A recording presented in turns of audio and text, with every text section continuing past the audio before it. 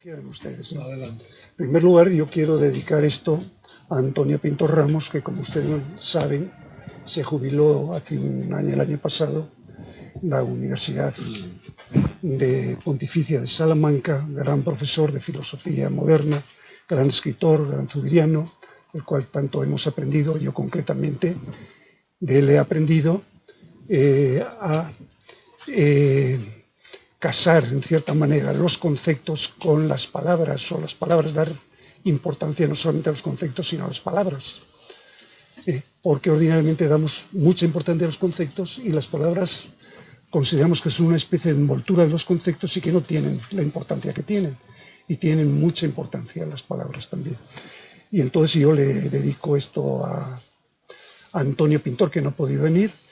Esto se va a publicar con otros trabajos que han pedido en el próximo número de Cuadernos Salmantinos de Filosofía y en un libro aparte donde va a aparecer todo lo que he escrito, la biografía de Antonio y luego los trabajos que hemos escrito para ese número. Yo creo que tenemos que estar muy reconocidos a él, porque ha sido un gran profesor. Cuadernos Salmantinos, que en cierto modo lo hizo él, es una revista que inició él y que ha dirigido durante muchos años, le va a dedicar un número de homenaje, que es el próximo, es al que se está refiriendo Germán. Sí, se han invitado a bastante gente, presentes, bueno. Yo creo que los siberianos le debemos pues muchísimo. Yo concretamente le debo, que aprendí de él, siempre me gustó la literatura, pero lo mío ha sido la filosofía. Pero de Antonio aprendí, él es filólogo en lengua alemana, maneja y lee a los filósofos alemanes como los españoles. Estudió filología alemana y luego filosofía también, entonces junta ambas cosas y es estupendo. A él se lo dedico. El tema es inteligencia sentiente en perspectiva lingüística. Como es un tema muy especializado, me queda muy difícil hablarlo y además que necesitaría 2 horas. Como solamente tengo 1 hora y es un tema de mucho cuidado, pues lo voy a leer a mi manera, ¿no? De tal manera que cuando quieran ustedes me paran o al final hablamos y discutimos de todo lo que yo diga aquí. Esto supuesto me voy a poner las gafas de leer porque con estas no veo nada, veo de lejos, pero con estas veo de cerca. Inteligencia sentiente en perspectiva lingüística. Puesto que voy a moverme entre la filosofía y la lingüística, comenzaré mi exposición citando a un filólogo, Álvaro López Pego, que sintió como pocos la insuficiencia de las palabras para expresar los pensamientos. A propósito, Pego escribió lo siguiente: no digo que Descartes o Zubiri fueran inteligentes. No estoy tan loco, no fueran inteligentes, no estoy tan loco. Lo que pretendo decir es que lo que ellos experimentaron tenían que comunicarlo con palabras, que por ser palabras no pueden ser otra cosa que viejas experiencias fosilizadas. Y tampoco les estoy acusando de que emplearan un lenguaje técnico, filosófico, ya anticuado. Simplemente hablaban, y el más actual, el más contemporáneo. El supermoderno del tercer milenio solo usa viejas palabras. Hasta aquí Pego. En efecto, el vocabulario filosófico no fue creado de la nada por los filósofos. Estos han acudido históricamente al lenguaje común de la gente para expresar su pensamiento y resolver así los problemas fundamentales de la filosofía. Incluso cuando han necesitado neologismos, han recurrido para su elaboración al lenguaje consolidado de las lenguas que hoy consideramos clásicas. Por otra parte, todas las lenguas tienen una larga trayectoria histórica, durante la cual los vocablos han sufrido profundas transformaciones, no solo morfológicas, sino principalmente semánticas, sobre todo en tiempos de crisis cuando se producen cambios radicales de horizonte. Por estas y otras razones es tan difícil hablar y escribir hoy sobre los temas filosóficos de siempre, y lo es todavía más en España por una razón histórica a la cual aludía un gran conocedor del lenguaje filosófico, Antonio Pintor Ramos, cuando hace unos años escribió lo siguiente: la terminología filosófica moderna derivó en francés, en inglés o alemán fundamentalmente del latín tardío, y después cada grupo fue consolidando su tradición. En principio, el español no está peor preparado para esa derivación que cualquiera otra de las lenguas citadas, pero el hecho de que en los 3 últimos siglos España haya estado alejada de lo que triunfó en Europa como filosofía moderna propició un gran vacío terminológico por falta de uso. Lo que hace Zubiri, prosigue Antonio, en español es utilizar el mismo procedimiento de derivación que siguió la filosofía moderna europea, respetando cuidadosamente las reglas propias de la lengua española. Hasta aquí, Antonio. Pues bien, luchando con las palabras, Zubiri conformó su propia terminología filosófica, cuando los contenidos de su pensamiento así lo requerían. Es lo que quiero mostrar a ustedes en estas modestas consideraciones en torno a algunos problemas lingüísticos a los que tuvo que enfrentarse Zubiri durante la redacción de las 3 partes que componen Inteligencia Sentiente. Primero, inteligencia y realidad. Inteligencia y realidad son 2 palabras congéneres, inseparables e imprescindibles que están en la base de la filosofía zubiriana. Para comprender la significación de ambas, no estará de más contar aquí brevemente la historia de la palabra inteligencia, como anteriormente en otro trabajo lo hice con la palabra realidad y posibilidad. Inteligencia es un sustantivo abstracto derivado del verbo intellegere, en latín tardío intelligere, compuesto del prefijo inter, entre, y el verbo legere, que tanto en idioma griego como en el latino tuvo una significación primariamente agrícola.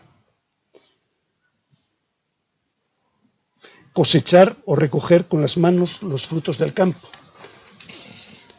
De aquí pasó a significar el acto de captar con las facultades cognitivas las cosas que hay en nuestro entorno, para finalizar significando decir con palabras lo que las cosas aprendidas son.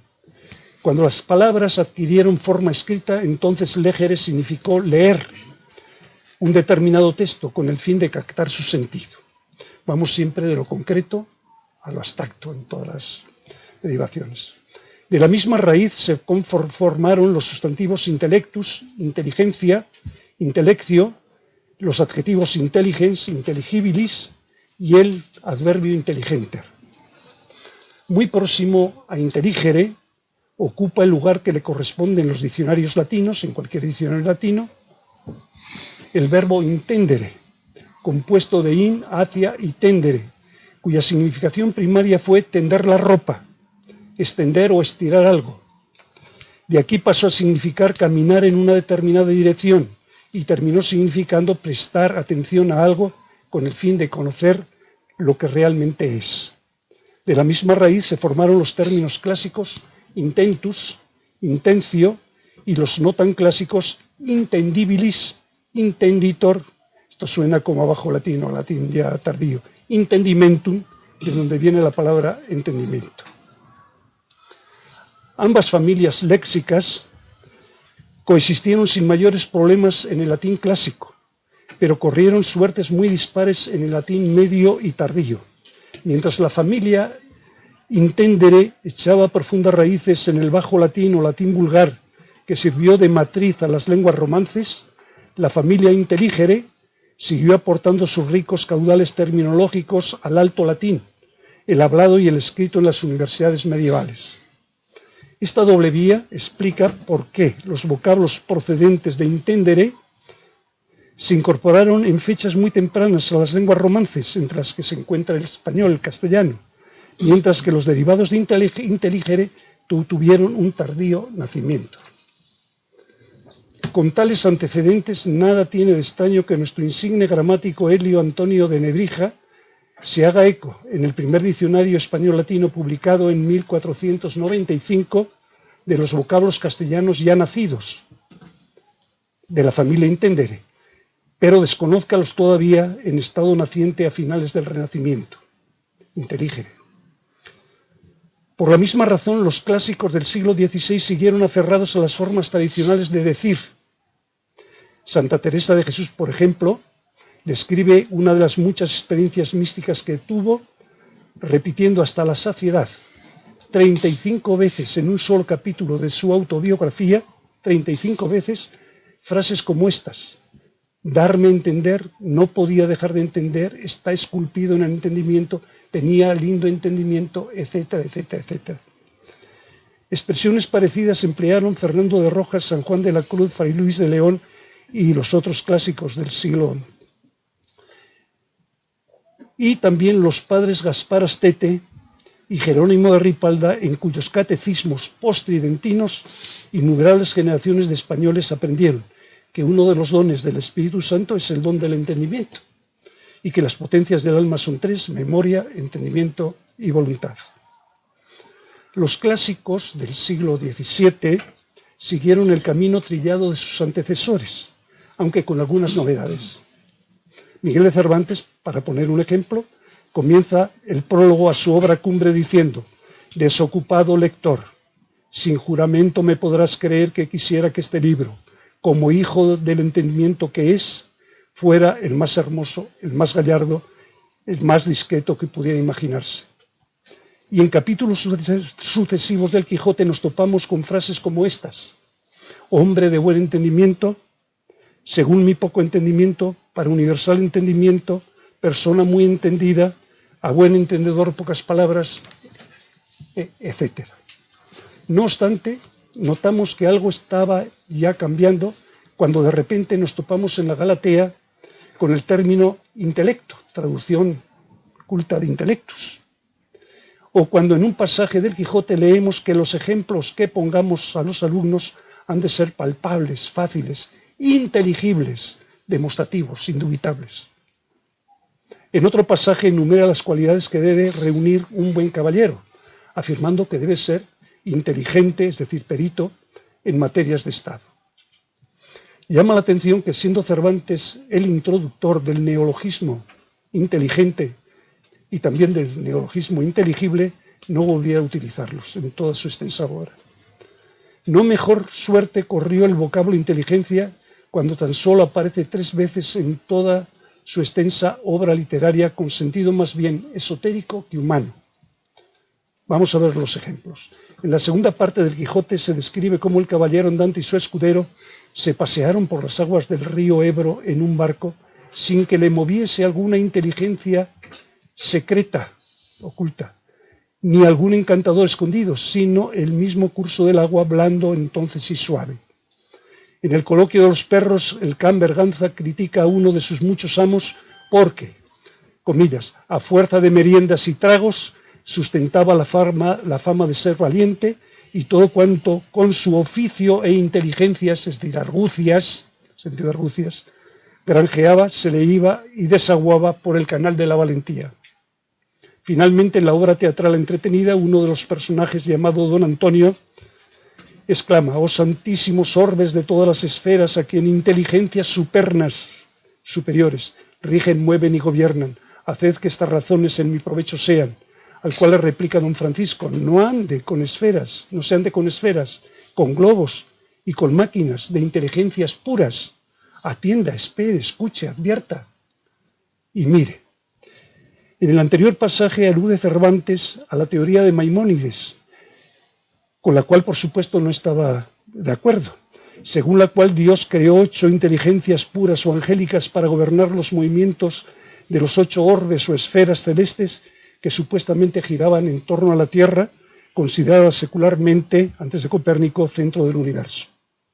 Al igual que Cervantes, Lope de Vega, Francisco de Quevedo y demás clásicos del siglo de oro siguieron utilizando las viejas expresiones, aunque circunstancialmente hicieron uso de los nuevos vocablos emergentes en escasas ocasiones.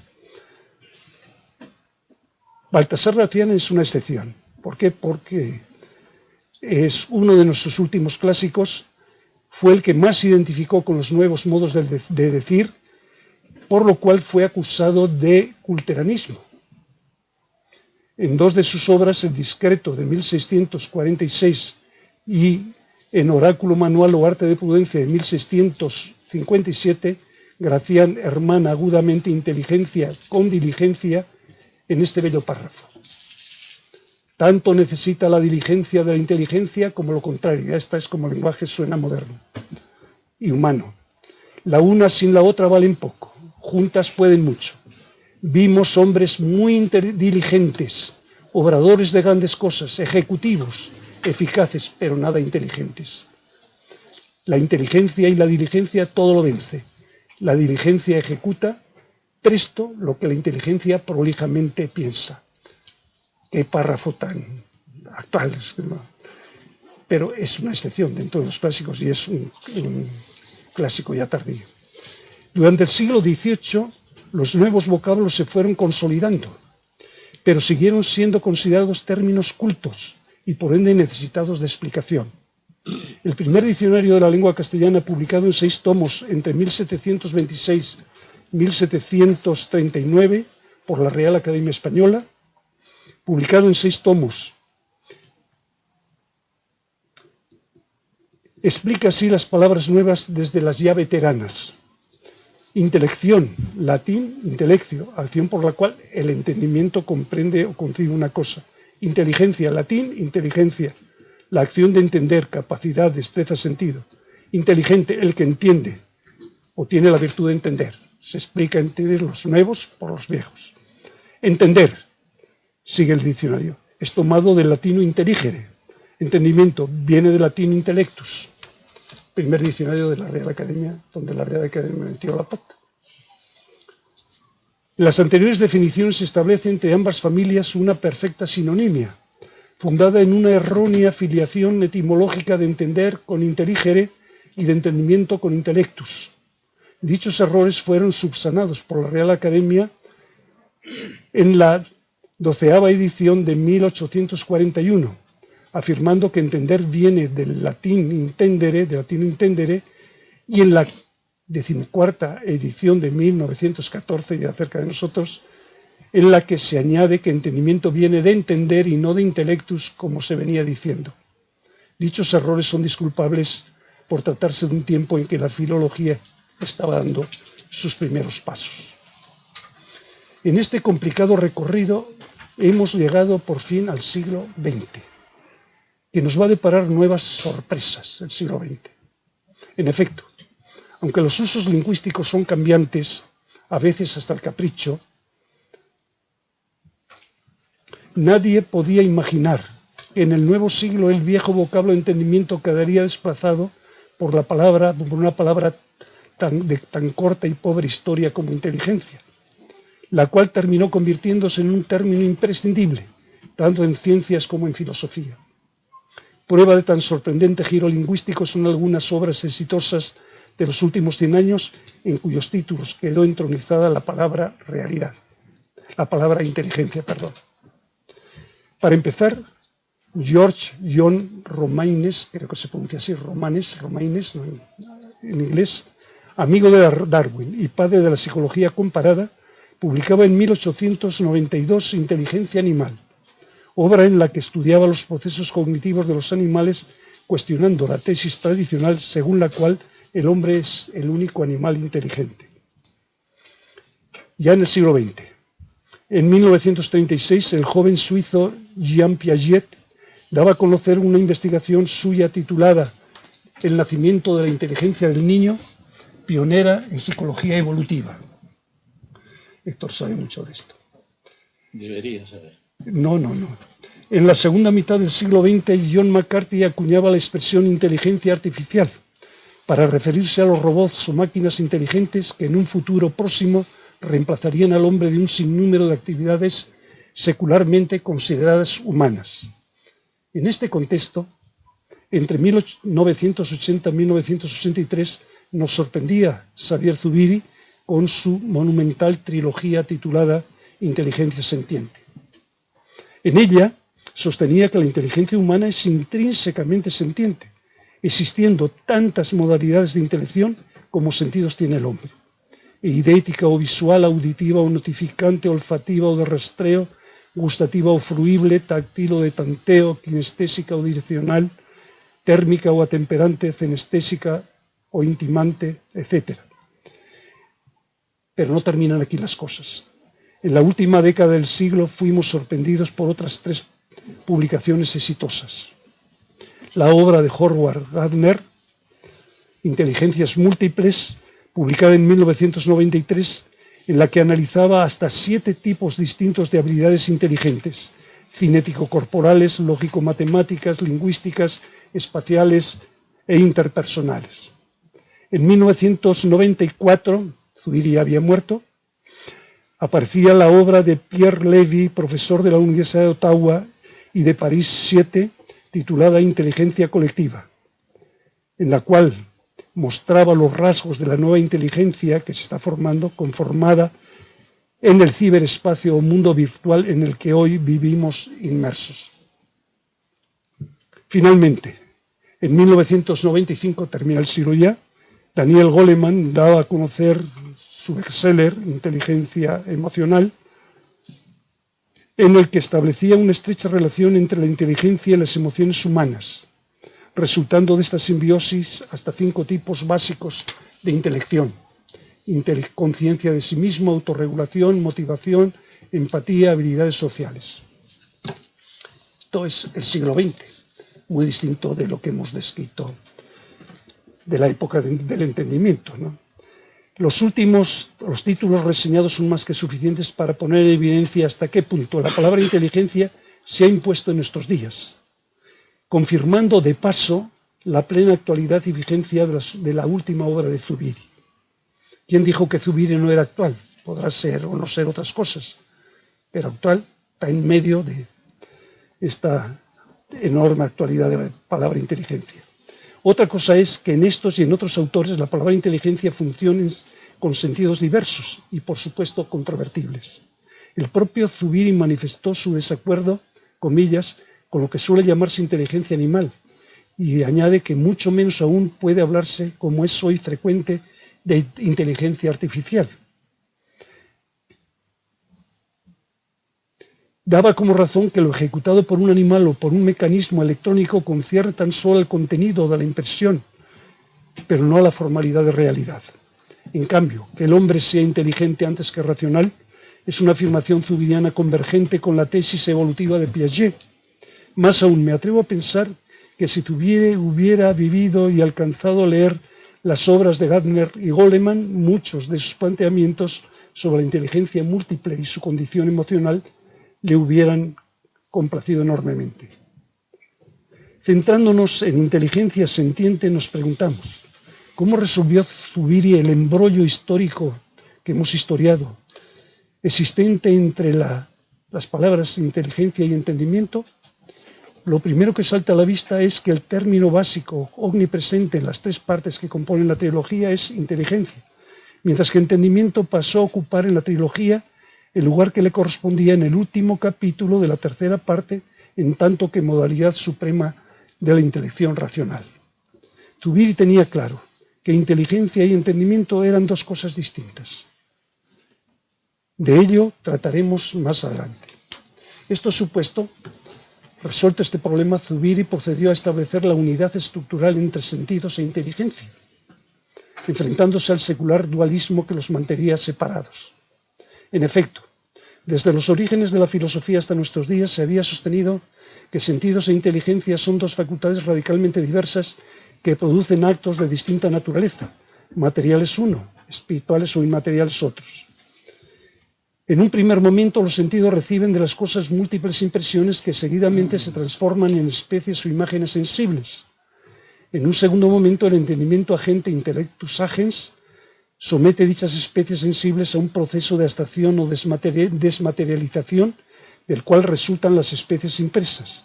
En un tercer momento, el entendimiento posible, intellectus possibilis o passibilis, transforma dichas especies impresas en especies expresas o conceptos universales que están en la base de toda la ciencia humana. Zubiri fue el primero en oponerse radicalmente a este dualismo filosófico, afirmando que sentir e inteligir constituyen un mismo acto, el cual es ejecutado por una única facultad que llamó inteligencia sentiente. Dado el carácter predominantemente descriptivo de su obra, Zubiri emplea generalmente la palabra inteligencia en sentido cualitativo, como propiedad característica de los actos intelectivos, mientras que el tema de la facultad que los ejecuta lo trata en uno de los muchos apéndices explicativos.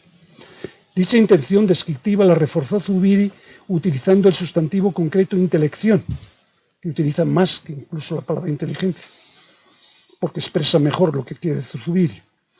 Y también introduciendo en nuestra lengua el verbo inteligir, un neologismo en principio malsoante, como fue malsoante el neologismo vivencia cuando en 1913 lo introdujo Ortega, pero necesario para verbalizar los actos propios de la inteligencia sentiente, que son aquellos en los que se actualizan o hacen presentes las cosas en forma impresiva y bajo formalidad de realidad. La familia intelligere en español había vivido o sobrevivido sin cabeza verbal. Zubiri le puso cabeza. Como ya lo expuse en un trabajo anterior, formalitas y realitas fueron dos neologismos introducidos en el vocabulario escolástico medieval por Duns Scoto. Con ellos explicó el doctor Sutil la composición metafísica de los entes materiales mediante notas genéricas, específicas e individuantes, las cuales, nos dice, son formalidades inseparables de las cosas, pero no por ello dejan de ser realidades. En cambio, para Zubiri, la expresión formalidad de realidad, que la toma seguramente de Scoto, no se refiere a las cosas reales en cuanto existentes en el mundo allende la aprehensión, sino a las cosas en tanto que actualizadas como reales en la aprehensión humana. En el mero sentir animal, las cosas quedan actualizadas en forma meramente sensible de estímulos objetivos que suscitan una determinada respuesta de acuerdo a sus necesidades. En el sentir humano, esas mismas cosas quedan actualizadas en forma sentiente, pero bajo formalidad de realidad, es decir, como un prius a la propia aprehensión, como algo que está presente en propio de suyo en la aprehensión primordial, o desde la aprehensión primordial. Pues bien, entendida como formalidad, la palabra realidad es un neologismo semántico de difícil comprensión, o fue, y lo sigue siendo. Por esto es, confiesa Zubiri, por lo que a veces pienso que mejor que realidad debería llamarse esta formalidad reidad. Pero reidad, aunque es un neologismo morfológico que no se prestaría a confusiones, lo utilizó en pocas veces su creador, y tampoco ha tenido mayor aceptación por parte de los estudiosos de inteligencia sentiente. Así que lo dejamos aparte. Sentiente, en cambio, se ha convertido en un neologismo exitoso que popularizó Zubiri, aunque hay que decirlo con honradez, no fue creación suya. No lo creó Zubiri. En efecto, dicho neologismo se encuentra radicado en el primer diccionario de la lengua española de la RAE, donde podemos leer lo siguiente: senciente, participio activo del verbo sentir, lo que siente o tiene sensación, latín sentiens sentientis. Esta magna obra es llamada Diccionario de Autoridades por corroborar los sentidos de cada una de las entradas con textos sacados de los autores clásicos. Pues bien, en apoyo al término senciente se cita un texto del gran predicador trinitario del siglo XVII, Fray Hortensio Paravicino, en el que critica a un anónimo autor del siglo anterior por atribuir a los árboles, comillas, alma no solo vegetante, sino senciente e intelectiva.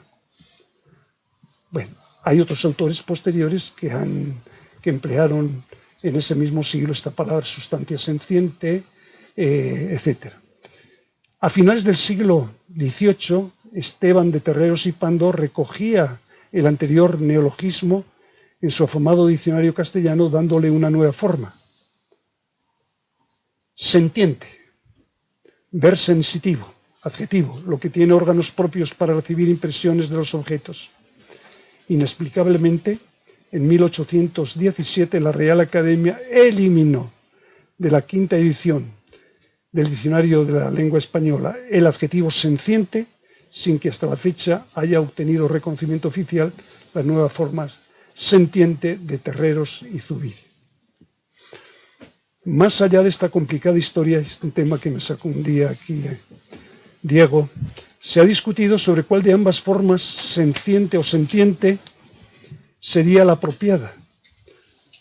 La respuesta es que si la derivación se hace directamente del participio latino sentiens sentientis, como en su día lo hizo Paravicino, tendríamos que decir y escribir senciente, como de patiens pacientis decimos paciente y no patiente. Ello se debe a la inveterada costumbre de los latinitas hispanos, latín cada uno lo pronuncia a su manera. He tenido ingleses que decían en vez de hoc, hoc. Bueno, pues está bien, es una posición inglesa, ¿no? La T de estas y otras palabras con sentido de C.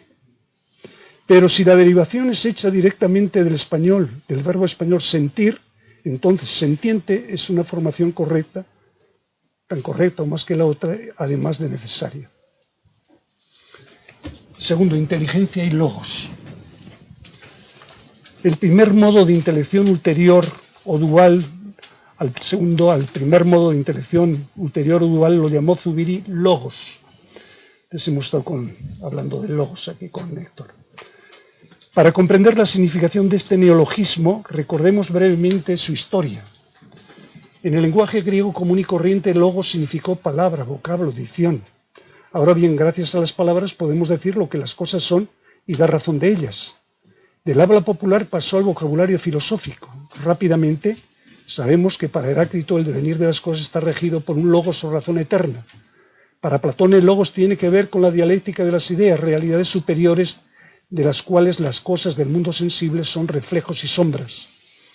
Más realista fue Aristóteles cuando definió al hombre como zoon logon eion, un animal que posee logos o que habla. Para los neoplatónicos el ser por excelencia es toen, el uno con mayúscula, del cual emanan en un proceso descendente todos los demás entes existentes en el mundo. En primer lugar, los logoi o múltiples formas de la inteligencia y posteriormente las cosas materiales. De la filosofía neoplatónica, el término logos pasó a la teología cristiana, dotado de un nuevo sentido. San Juan en el prólogo al cuarto evangelio comienza diciendo en arge en hologos, kai hologos en prostonceon, kai theos en hologos, kai hologos sars egeneto, que la Biblia de Jerusalén traduce: en el principio existía la palabra y la palabra estaba con Dios y la palabra era Dios y la palabra se hizo carne.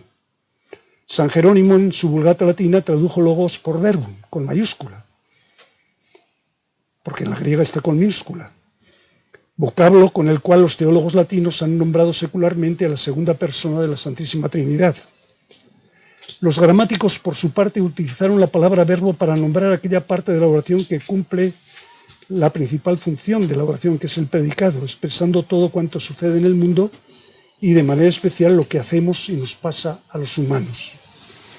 Dado el arraigo que la palabra verbo, tanto en sentido teológico como gramatical, tuvo en nuestra lengua, fue innecesario castellanizar la palabra griega logos, aunque lógica, lógico, lógicamente y sus numerosos compuestos, logotipo y todo lo que quieran ustedes, formaban parte de nuestro patrimonio lingüístico desde fechas muy tempranas. Era entonces una familia sin cabeza, lo mismo que inteligencia inteligible estaba sin cabeza. Zubiri le puso cabeza. Lo cierto es que gracias a Zubiri, logos pasó a formar parte del vocabulario filosófico español en la segunda parte de inteligencia sentiente. ¿Con qué finalidad introdujo Zubiri este neologismo? El propio Zubiri lo explica. Esta intelección dual, está hablando de la intelección dual, tiene distintos aspectos y momentos. Para englobarlos en una sola denominación, emplearé el vocablo clásico logos. Zubiri podría haber empleado la expresión inteligencia lógica y haber llamado nuda inteligencia la primera y inteligencia racional segunda, pero no, prefirió poner ya desde el título mismo inteligencia y logos. ¿Por qué? Me pregunto yo. Yo creo que sospechó que lo hizo por considerar que la palabra lógica estaba contaminada por el dualismo característico de la filosofía occidental. En efecto, la lógica fue considerada secularmente como la ciencia que estudia los conceptos, los juicios y los raciocinios. Según este enfoque, la lógica es básicamente concipiente, formalmente judicante y terminalmente raciocinante. En esta concepción quedaban por fuera del ámbito lógico las percepciones y las imaginaciones, lo que llama Zubiri los perfectos y los fictos, actos considerados propios de los sentidos, tanto externos como internos. A los sentidos se les atribuía una función meramente ancilar o instrumental, la de suministrar la materia prima al entendimiento, se seguía hablando de entendimiento, para que éste cumpliera las funciones superiores de concebir ideas, emitir juicios y desarrollar razonamientos o raciocinios. Para Zubiri, en cambio, el logos es una modalidad ulterior de la inteligencia. No es lo que viene después de la inteligencia, sino que es la misma inteligencia que se modaliza, que aprende las cosas dentro de un determinado medio o campo. En un primer momento, el logos elabora perceptos, fictos y conceptos. Los perceptos muestran el perfil individual o el esto de cada cosa, los fictos el cómo de sus notas, los conceptos su qué esencial. Este proceso de identificación de las cosas culmina con la imposición de nombres comunes y propios. Perceptos, fictos y conceptos son para Zubiri tres simples aprehensiones de lo que las cosas serían campalmente. Pero más allá del sería campal, el logos en un segundo momento tiene que entrar a juzgar y decir lo que las cosas son en realidad. ¿Cómo?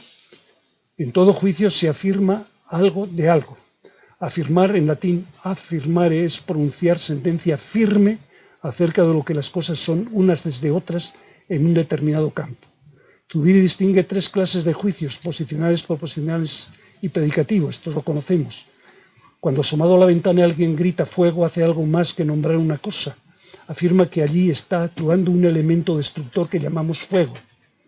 Hay también juicios proposicionales. Si digo para verdades el tiempo, estoy afirmando que lo que hoy desconocemos lo conoceremos mañana. Pero la forma perfecta del juicio es la que los griegos llamaron logos apofánticos o juicio declarativo, que consiste en atribuir a un sujeto un predicado. A es B. Dicha atribución o predicación no es para Zubiri un simple proceso dialéctico en el que unimos o separamos dos ideas o conceptos abstractos mediante afirmaciones o negaciones. Todo juicio es un movimiento del logos, es una intelección dual, mediante la cual se declara o dice lo que una cosa real llamada sujeto es en realidad vista desde otra cosa real llamada predicado, conocida previamente. Ahora bien, cuando en todo juicio se pretende dar una sentencia, aunque en cada juicio se pretende dar una sentencia firme sobre lo que algo es o no es en realidad, no en todos los juicios se alcanza el mismo grado de firmeza.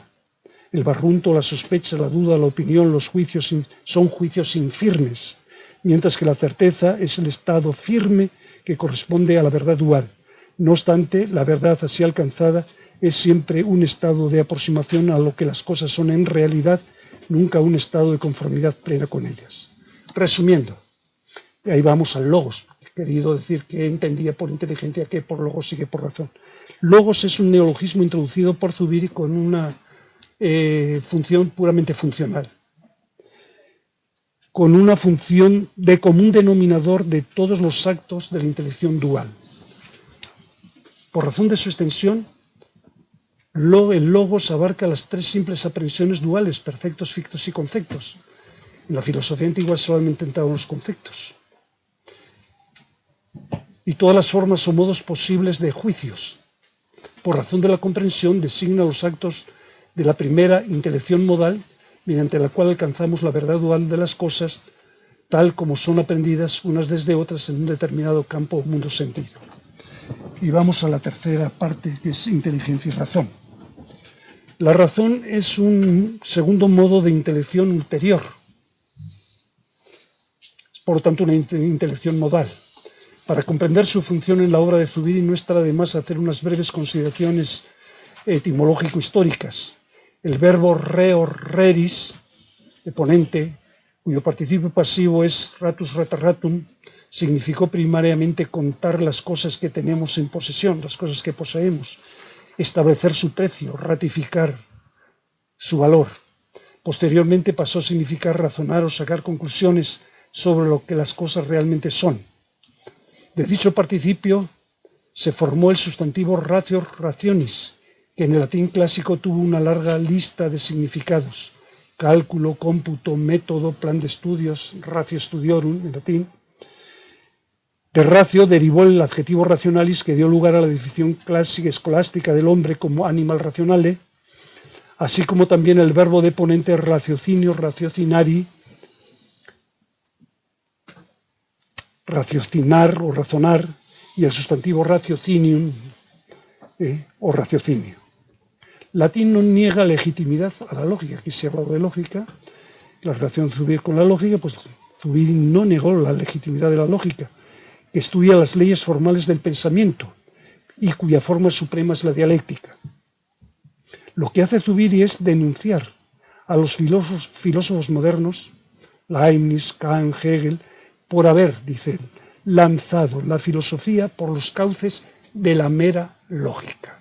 Esto es otra cuestión, no niega la lógica, sino que la filosofía se la meta por los cauces de la mera lógica y la dejemos ahí, contribuyendo así a logizar la inteligencia, cuando lo que hay que hacer es todo lo contrario, inteligibilizar el logos, que ya lo había dicho antes. Por tanto, Zubiri no trata de invalidar la moderna lógica formal, sino de fundarla en la lógica de la afirmación, que es un estudio concreto de la marcha de la razón desde la realidad aprendida hacia el mundo real allende la aprensión. Para poner un ejemplo repetido por el propio Zubiri, en la marcha racional se va de la percepción, por ejemplo, de los colores hacia las ondas electromagnéticas o los fotones, en tanto que fundamento y explicación última de los mismos. Las cosas aprendidas nos dan que pensar, nos ponen en marcha hacia su ignoto fundamento. Para hacer este difícil camino utilizamos como guías ciertos esquemas de referencias sacados de las cosas previamente aprendidas, los cuales nos van sugiriendo los pasos que tenemos que ir dando hasta llegar a la construcción de esbozos plausibles de lo que la realidad allende podría ser. Hecho esto, la razón tiene que dar un último paso, un paso de retroceso o de reversión a el mundo de lo sensible para probar o comprobar dichos esbozos o hacer la experiencia de esos esbozos en la realidad sentida, de la cual hemos partido. No voy a repetir aquí la rica descripción que de la marcha de la razón hace Zubiri. Tampoco voy a analizar los diversos tipos de realidad posibles, tema tratado en forma excelente por Antonio Pintor Ramos en este seminario de investigación en el mes pasado.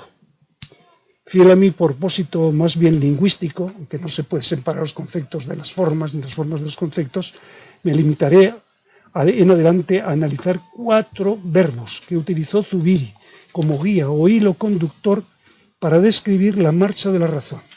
Estos verbos son pensar, conocer, entender y saber. Pensar. El punto de partida de la marcha razonal es ponerse a pensar, sencillo. Pensar del verbo viene del verbo pensare, que en latín clásico significó pesar en una balanza los productos que se compran o se venden. De pensar derivó la palabra pensum, que en la época clásica significó la cantidad de lana que un esclavo debía hilar cada día. Y en la Edad Media las pesadas tareas impuestas a los escolares en las universidades medievales por la ratio studiorum.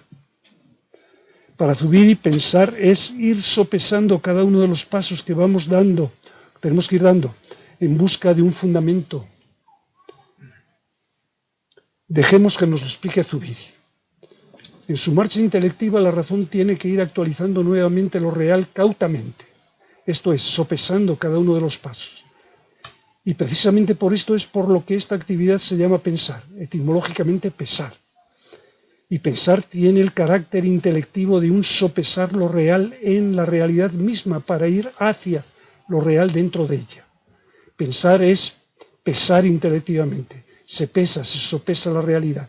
Y este peso intelectivo de la realidad son justamente las razones. Hablamos así de razones de peso. La realidad que la razón tiene que alcanzar no es, pues, la nuda realidad, de la inteligencia primordial. Esto lo hizo la intelección en la primera precisión y hasta en todas las afirmaciones campales ulteriores. La realidad que la razón ha de alcanzar es la realidad sopesada. Conocer. Estos verbos son una guía formidable para leer la tercera parte de la trilogía. Conocer. Como dice el dicho, el que busca, se trata de buscar, estamos buscando, encuentra. En nuestro caso, conoce. Conocer deriva de cognoscere, verbo compuesto por el prefijo cum, y el verbo noscere, cuyo participo pasivo es notus, nota, notum, de donde viene la palabra noticia en latín y en español. Conocer, más que aprender, es más que aprender. Conocer es ir teniendo noticias de lo que las cosas allí de la aprehensión son, aunque nunca podamos tocar fondo. Ir teniendo noticias. Conocer. Dejemos que una vez más nos lo explique Zubiri. Conocimiento es intelección en razón. Conocer lo que una cosa es conocer su realidad profunda. Conocer, por lo tanto, no pertenece al logos, ni a la inteligencia, a la nuda inteligencia, sino a la razón. Por ejemplo, conocer el verde no consiste solo en verlo, nuda inteligencia, ni en inteligir qué es en realidad un color muy bien determinado entre otros colores, intelección dual, sino que es inteligir el fundamento mismo del verdor en la realidad, por ejemplo, que es una ondulación electromagnética o un fotón de determinada frecuencia. Entender, paso más, la marcha de la razón. Recordemos que el verbo entender fue el caballo de Troya, contra el que tuvo que pelear Zubiri, y no poco, no para destruirlo, sino, ni para dejarlo en el catecismo astete, sino para sacarlo del ámbito de la nuda intelección en el que secularmente estuvo anclado y colocarlo en el ámbito de la razón, que le correspondía como forma suprema de intelección modal. Por eso lo trata, no es que no tenga importancia, pero que si es forma suprema de intelección modal de la razón, tiene que tratarlo en el último lugar, y lo trata en las últimas páginas. Es casi lo sumo, pero no lo más alto. Para Zubiri entender es más que aprender y que conocer. Entender es comprender el por qué las cosas son como son, a lo cual se llega cuando nuestros esbozos racionales han pasado el examen de la aprobación física de realidad en el tribunal de la experiencia. Zubiri lo explica así. A mi modo de ver no es lo mismo inteligencia y entendimiento. Estamos dando solución a lo primero. Llamo inteligencia a la capacidad de aprender algo como real. Mil cosas hay que inteligimos, esto es, que aprendemos como reales, pero que no entendemos lo que realmente son. El entendimiento presupone la inteligencia. El entendimiento es la facultad de comprender, por tanto, importantísimo esto. Pero es lo último, lo supremo. No son dos facultades, inteligencia y entendimiento, sino que el entendimiento se funda en la intelección. Es la modalización suprema de la inteligencia. De esta manera dio este conflicto con el cual le tocó pelearse. Cuarto punto, saber, el cuarto verbo. Cuando comprendemos las cosas, podemos decir que las sabemos. Saber proviene de sapere, verbo relacionado con el sentido del gusto, el que percibe los sabores de las cosas materiales que comemos. Pero saber significa también experimentar no solamente el placer de la comida, sino el placer inteligiendo, aprendiendo, comprendiendo las cosas. En este sentido, saber no implica movimiento, tampoco implica actividad, la actividad de la razón. Saber es un estado. El estado en que quedamos cuando hemos aprendido, hemos conocido, hemos entendido las cosas, todos podemos decir que las sabemos. A dicho estado se le conoce desde siempre con el nombre de sapiencia o sabiduría. Los que viven en él a plenitud son los pocos sabios que en el mundo han sido, que diría Fray Luis de León. A propósito escribió Zubiri lo siguiente: como he expuesto largamente, pienso que todos los sentires son momentos de una sola intelección. Por tanto, no puede extrañar que el estado de saber es un estado, el estado de saber venga designado en latín y sobre todo en las lenguas románicas con una raíz que pertenece al sentido del gusto, sapere. Saber es sabor, más que vista, de donde sapiencia y sabiduría. En conclusión, todos debemos aspirar a ser comensales en la mesa de la sabiduría, que no es otra cosa que saber estar en la realidad. Esta es la mesa de la sabiduría, saber estar en la realidad. Es la propuesta que nos hace Zubiri en el bello colofón con que pone fin a su trilogía noológica. El hombre, dice Zubiri, escribe, queda inamisiblemente retenido en y por la realidad. Queda en ella sabiendo de ella, sabiendo que algo, muy poco, de lo que realmente es, pero sin embargo retenido constitucionalmente en la realidad. ¿Cómo? Es el gran problema que tiene el hombre, saber estar en la realidad. Finalmente termino en 5 minutos. Un estudio de noología, que cito no sé, ustedes. Zubiri consideraba que la filosofía es un saber global y que por serlo es el que menos se presta a ser dividido en partes o disciplinas, lógica, teología, antropología, etcétera, etcétera, etcétera.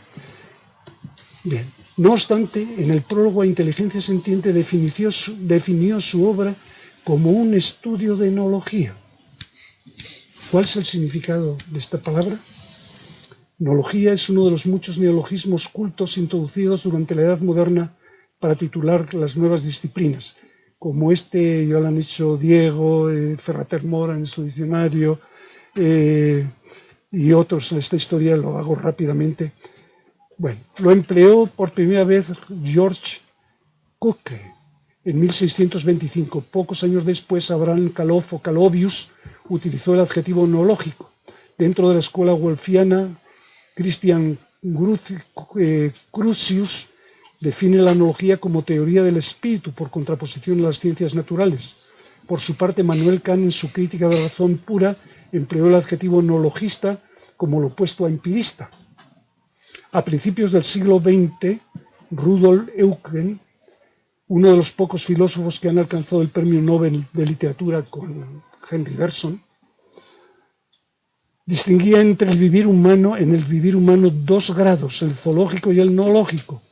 En el primero la vida está ligada a la naturaleza, en el segundo alcanza independencia y posesión de sí misma. La palabra noología fue introducida en nuestro idioma castellano por José Ortega y Gasset en un curso dado en 1913 bajo el título Sistema de Psicología. En él afirmaba Ortega que noología, ontología y semasiología son 3 disciplinas filosóficas que estudian las últimas posibilidades ideales o idealidades referentes al ser, al pensamiento y al lenguaje. Dichas disciplinas constituyen la base de la nueva psicología y también de la metafísica, cuyo objeto es el estudio de las realidades. Muchos años después de Ortega, Zubiri volvió a utilizar la palabra noología en el prólogo a Inteligencia Sentiente, donde escribió lo siguiente. Comillas. Lo primario del conocimiento está en ser un modo de intelección. Por tanto, toda epistemología presupone una investigación de lo que estructural y formalmente sea la inteligencia. El nous, es decir, presupone un estudio de noología. Y utiliza aquí la primera y última vez la palabra noología, porque como les digo, no le gustaba poner nombres a las disciplinas y poner linderos dentro del ámbito de la filosofía. El objeto formal de la noología es la actualización, dice Zubiri, de lo real en la inteligencia sentiente. De aquí la única idea que hay en todo este libro a lo largo de centenares de páginas. El método de dicho estudio es un análisis de los hechos de intelección, ciertamente un análisis complejo y no fácil, por eso han sido inevitables repeticiones a veces monótonas, pero es un análisis. Curiosamente, Zubiri no volvió a utilizar dicha denominación en toda su extensa obra. No obstante, Noología ha obtenido un cierto reconocimiento entre los estudiosos de la obra de Zubiri por dos razones, señaladas por Antonio Pinto Ramos en el siguiente texto. Porque resultó muy cómodo este vocablo para distanciarse sin prolijas explicaciones de los planteamientos habituales en los campos de la teoría del conocimiento y de la epistemología. Y segundo, porque dentro de la propia obra de Zubiri es un término útil para diferenciar el plano descriptivo en que pretende moverse la doctrina de la inteligencia de los planteamientos estrictamente metafísicos, dominantes en gran parte o en el resto de su obra.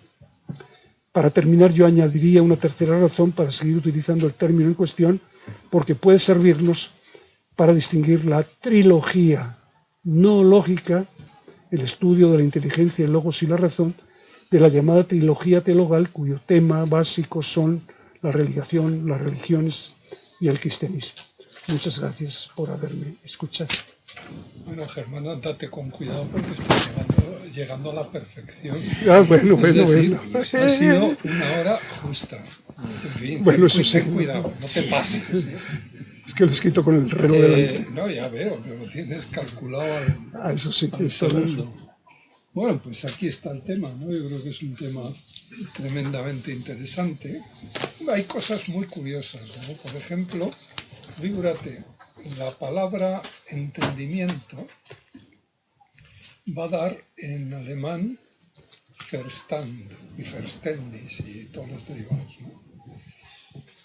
Sin embargo, en alemán hay una palabra para inteligencia que es de origen latino, intelligenz. Pero para un alemán intelligenz es un término escolástico. Y de hecho, en el idealismo alemán no se usa. Por ejemplo, esa fue la tumba sobre la esencia cuando se tradujo al alemán. Inteligencia se entiende, ¿cómo se traduce? Entonces, claro, no lo tradujeron por inteligencia, por Verständnis, ni por Vernunft, menos, sí. Es razón en alemán. Razón, alemán. Y en cuanto pusieron la palabra Intelligenz, todo el mundo pensó, este es un escolástico. Esto es una cosa curiosa, es decir, es curioso porque en este sentido habría que decir que el idioma alemán atiende más a un término arcaico o más antiguo que el de inteligencia, que sería, según has explicado, una especie de neologismo, ¿no? Es que se podía hacer ahí en el siglo XX y nada.